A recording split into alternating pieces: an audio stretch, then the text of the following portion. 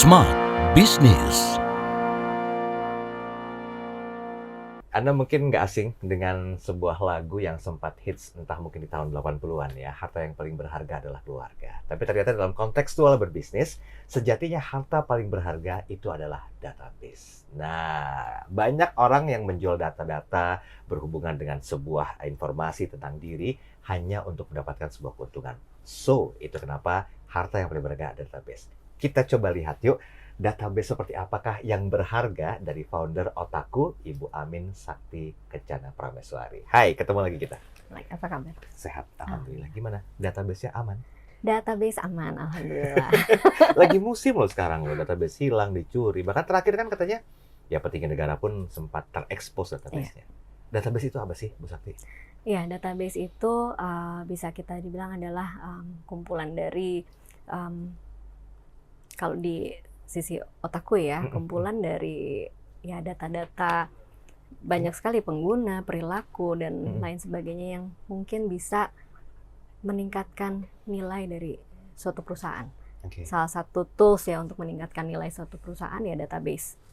Gitu. Dalam mungkin kalau kita lihat sejarah-sejarah banyak startup yang berhasil juga pasti karena mereka punya database yang bagus.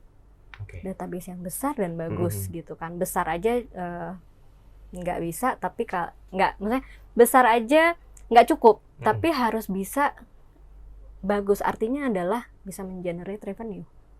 Oke. Gitu. Ya. Cuan terus deh pokoknya. Cuan terus. Jadi setuju ya kalau harta paling berharga adalah database ya, selain keluarga. Setuju. Oke. Di rating mana kira-kira? Keluarga dulu apa database dulu? Ayo. Baik, kita back to the topic. Sekarang gini, kan tadi Ibu mengatakan bahwa database itu selain besar juga harus bagus. Betul. Apakah harus dua pilihan itu yang ada dalam sebuah konseptual bisnis? Menurut saya ya, gitu. Jadi kenapa harus bagus gitu kan ya? Karena database besar, tapi kalau ya udah nggak bisa diapa-apain dan tidak bisa mengenerate revenue, then it's just gonna be ya gitu cost aja. Malah. Karena kita simpan. Ada biaya server, ada ya kan yang memang karena ada database itu gitu kan. Malah jadi cost doang, nggak ngapa-ngapain gitu loh. Gitu. Yang bagus adalah database yang aktif gitu ya, yang memang juga reliable. Gitu. Jadi kita bisa pelajarin dari database itu bagaimana behaviornya, sehingga pada saat kita melakukan strategi-strategi, contohnya strategi marketing ya, strategi komunikasi, itu bisa tepat sasaran.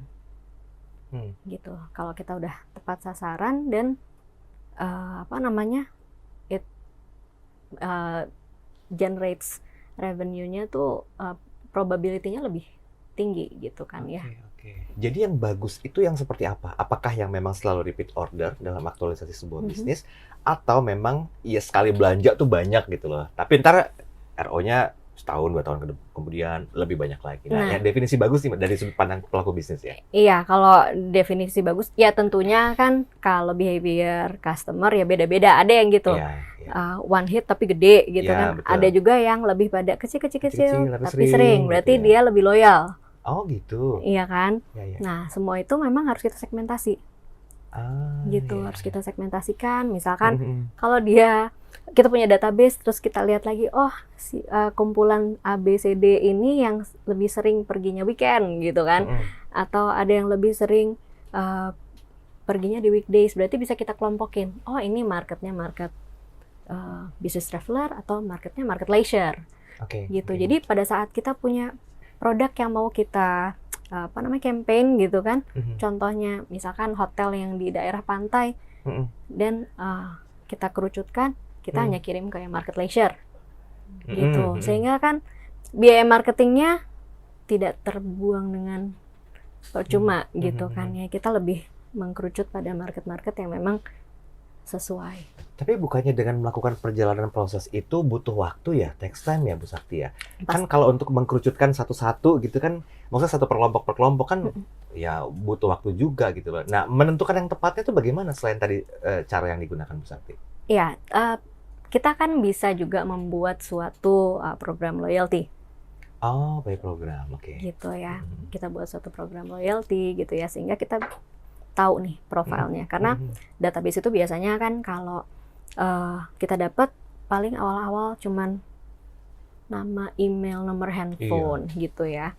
Lalu setelah mereka transaksi baru kita bisa lihat gitu. Nah, dengan mereka opt-in ke suatu program loyalty, kita lebih memungkinkan untuk kita melihat, oh preferensi orang ini apa, hobinya apa gitu kan ya. Jadi bisa lebih mengkerucut lagi gitu. Jadi kita masaknya lebih enak gitu ya. Iya, iya, iya.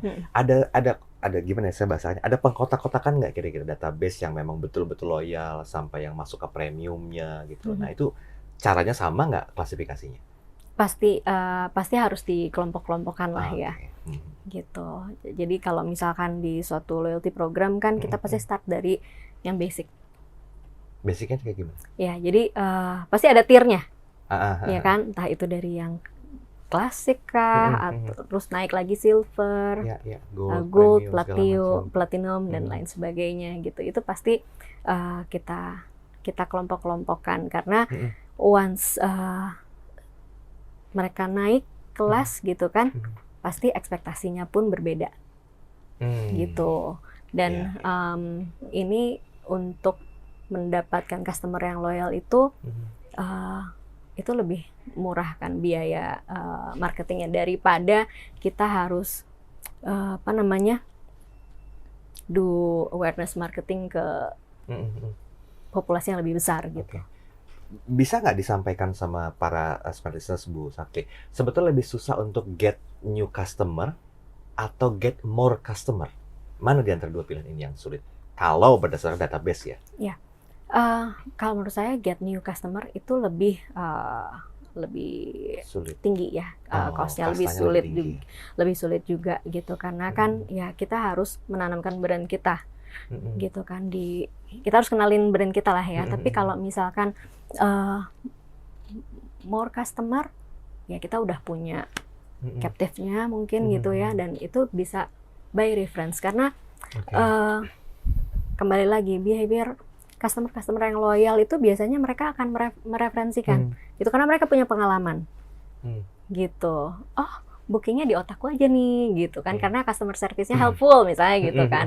Itu salah satunya gitu, dan mereka lebih setia kalau misalkan nih, oh harganya kok lebih mahal sedikit tapi udahlah nggak apa-apa di sini aja gitu ya. Itu ya kadang-kadang juga orang begitu ya Bu Sakti ya. betul. Ketika mereka udah mendapatkan yang lebih dari ekspektasinya walaupun harganya mahal sedikit, kan kebiasaan atau behavior customer kan mereka comparing beda-beda yang satu dengan yang lainnya tanpa menyebut platform ya. Ya udah di otakku lah, nggak apa-apa lah. Betul, dan dia pasti akan refer kan. Iya, ternyata ya mungkin lewat social media atau word of mouth marketing itu masih berperan ya. Oke Bu, satu dong sebelum kita masuk ke konklusi, ada nggak konseptualnya Ibu selaku founder dari Otaku ini memberikan satu pengamanan data? Entah itu mungkin secara lebih ke digital atau secara manual gitu. Nah, bagaimana kira-kira bentuk pengamanan data yang dilakukan? Ya, tentunya untuk pengamanan data sendiri, kami sebagai platform teknologi itu kan memang harus mengikuti ketentuan-ketentuan baik dari perizinan maupun sertifikasi gitu ya, ISO dan lain sebagainya. Gitu. Jadi lebih ke ya disesuaikan dengan kemajuan perkembangan zaman dan era digital saat ini. Betul. Oke, kasih tips Bu agar smart listeners yang juga bergerak di bidang yang sama, yang mereka punya database banyak, tapi dari database itu nggak sia-sia, semuanya menjadi keuntungan. Nah, apa tipsnya? Silakan. Tips dari saya adalah lebih pada kita melihat dan mengkelompokkan database ini sesuai dengan segmentasinya, sehingga pada saat kita targeting itu tepat sasaran. Gitu. Sesimpel itu sebetulnya. Sesimpel itu. Tapi penerapannya sulit ya? Penerapannya sebenarnya sih harusnya enggak juga. Harusnya enggak. Gimana definisi enggaknya itu gimana? Iya, jadi kalau kita udah tahu positioning dari produk kita, dan kita tinggal pilih aja gitu dari segmen yang ada, gitu ya. Kita tembak kita mau yang mana? Gitu. Tapi itu kita harus kelompokin. Kita harus tahu gitu kan, kita bisa lihat dari demografinya, dari behaviornya gitu kan ya, dari needs-nya mereka. Nah, kita tembak mau yang mana segmennya. Setuju, fix bahwa harta yang paling berharga dalam sebuah bisnis adalah database karena kita perlu melakukan banyak sekali clustering ya, pengelompokan berdasarkan kebiasaan mereka, behavior mereka, mungkin juga ya secara keuangan mereka, sehingga kita tahu nih apa target atau sasaran yang perlu kita tuju sesuai dengan apa yang mereka inginkan. Semoga Anda juga para pelaku bisnis bisa menganggap database Anda sebagai harta yang paling berharga selain keluarga Anda. Sampai jumpa di edisi berikutnya. Smart Business. Lead you better.